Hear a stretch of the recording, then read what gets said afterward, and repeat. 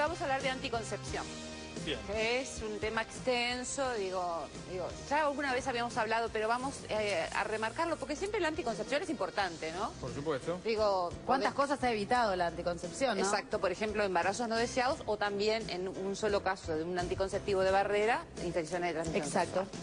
Por tanto, y justamente, precisamente el otro día lo decíamos, la década del 60 aparecieron los anticonceptivos, La pastilla. La pastilla. Bueno, pero la anticoncepción es mucho más general, hay muchos métodos. Y es preciso recordar que hay gente que por principios religiosos no utiliza métodos anticonceptivos artificiales. En el caso de la Iglesia Católica los prohíbe. Por tanto, recurren a métodos naturales. Son bien conocidos, por ejemplo, el método de abstinencia periódica, Diogino Naus. En medicina decimos que hay una cantidad de hollinitos porque en realidad es un método bastante inseguro, porque se regula de acuerdo al ciclo menstrual y eso es un poco dudoso, saber exactamente el día que ovulamos y el día que el óvulo ya no está es muy difícil. Por tanto, es un método muy inseguro que nunca es recomendable, por supuesto, si alguien no quiere quedar embarazado.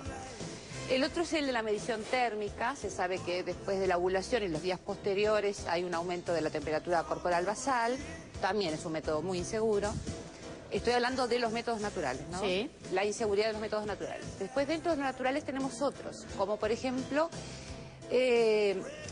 la textura del moco cervical. El moco cervical es la secreción natural del cuello uterino, que va variando de acuerdo al ciclo menstrual y determina los periodos de infertilidad o fertilidad también. Entonces, es obvio que cuando el cuello está apto, el moco es más ligero, como clara de huevo, que permite pasar los espermatozoides. Cuando el moco está más espeso, es precisamente cuando es el periodo infértil, donde es más difícil que un espermatozoide atraviese ese mucus cervical. Tendrá que ser un técnico.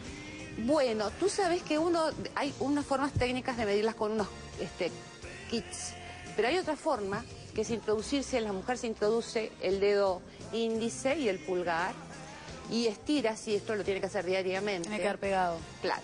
Si es como clara de huevo, que no se rompe, estamos en periodo fértil. Si en cambio es escaso y seco, estamos en periodo infértil. Ese es el método de Billings. Y se utiliza mucho en mujeres, que no quieren utilizar métodos artificiales. Tiene un porcentaje de inseguridad menos importante que el del hollino y que el de la temperatura. Es dentro de los naturales, es el método anticonceptivo mejor. Después tenemos el coitus interruptus, que es la eyaculación extravaginal. Bueno, eso es lo más peligroso, ¿no? Sí, porque en general se cuidan de no eyacular adentro de la vagina, pero hay un periodo anterior donde sí penetra el pene, que hay líquido preseminal y que tiene espermatozoides. Por tanto, también es peligroso el coitus interruptus, y además desde el punto de vista sexológico, es bastante... Para la pareja no es una sexualidad muy fluida, ¿no? Corta bastante el deseo, la excitación. Después hay otros métodos que utilizan tanto la temperatura, combinado con el método del moco, en fin. Pero después están los métodos artificiales. Los más inseguros, los espermicidas, las duchas vaginales. Y después está el de barrera, que es el condón o preservativo, masculino y femenino. Ahora en Uruguay tenemos un condón femenino. El condón bien utilizado, porque en esto hay que hablar de eficacia. La eficacia, anticonceptiva, hay una cosa que es la biológica y otra que es la supuesta, ¿no? La teórica. En biología siempre es dudoso, no es lo mismo la práctica que en lo teórico. Supuestamente un anticonceptivo de barrera nos tendría que proteger un 100%. Sin embargo, no pasa eso. Muchas veces porque está mal utilizado el condón y demás.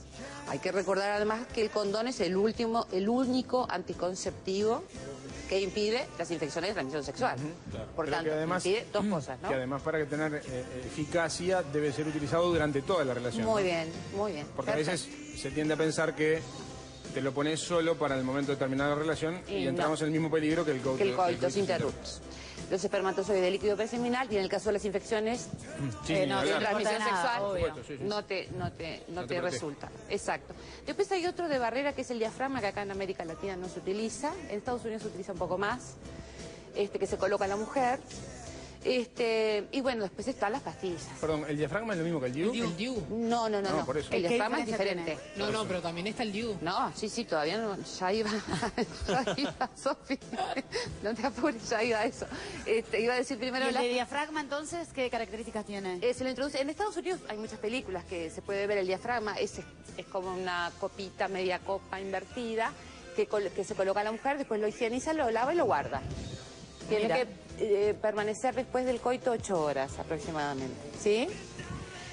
Bueno, después tenemos los anticonceptivos orales, por supuesto, orales, dérmicos, con inyecciones, las formas que quieras. Hay de primera, segunda, tercera y nueva generación. ¿Los parches son de última generación? No, parches hay de varias generaciones los parches. Los de la generación está indicado por las dosis de estrógenos y progesterona que tiene el anticonceptivo. Los de una nueva generación, que ni siquiera es de cuarta, se llama de nueva generación, son los que tienen menor dosis de hormonas y son suficientes para justamente su efecto anticonceptivo. Pero tienen menos efectos secundarios. Las primeras pastillas tenían muchos más efectos secundarios que ahora. Está la pastilla del día después, que tiene una eficacia relativa. Pero eso no es bastante como violento, como es una dosis hormonal muy fuerte, se puede dar hasta 72 horas después del coito, tiene una eficacia relativa de un 60%. Pero claro, si no quedó otra, siempre está bueno tenerlo en cuenta. Después están los DIU, que hay dos tipos. El DIU solamente, que actúa como barrera, produce un microambiente en el útero que el espermatozoide no quiere atravesar. Tiene una eficacia bastante buena, pero tiene un margen de error también. Y el DIU, que es mejor todavía, con hormonas. No voy a decir la marca, pero hay un DIU con hormonas que liberan hormonas durante 5 años. ¿Sí? 5 años. Sí, es un producto bastante interesante.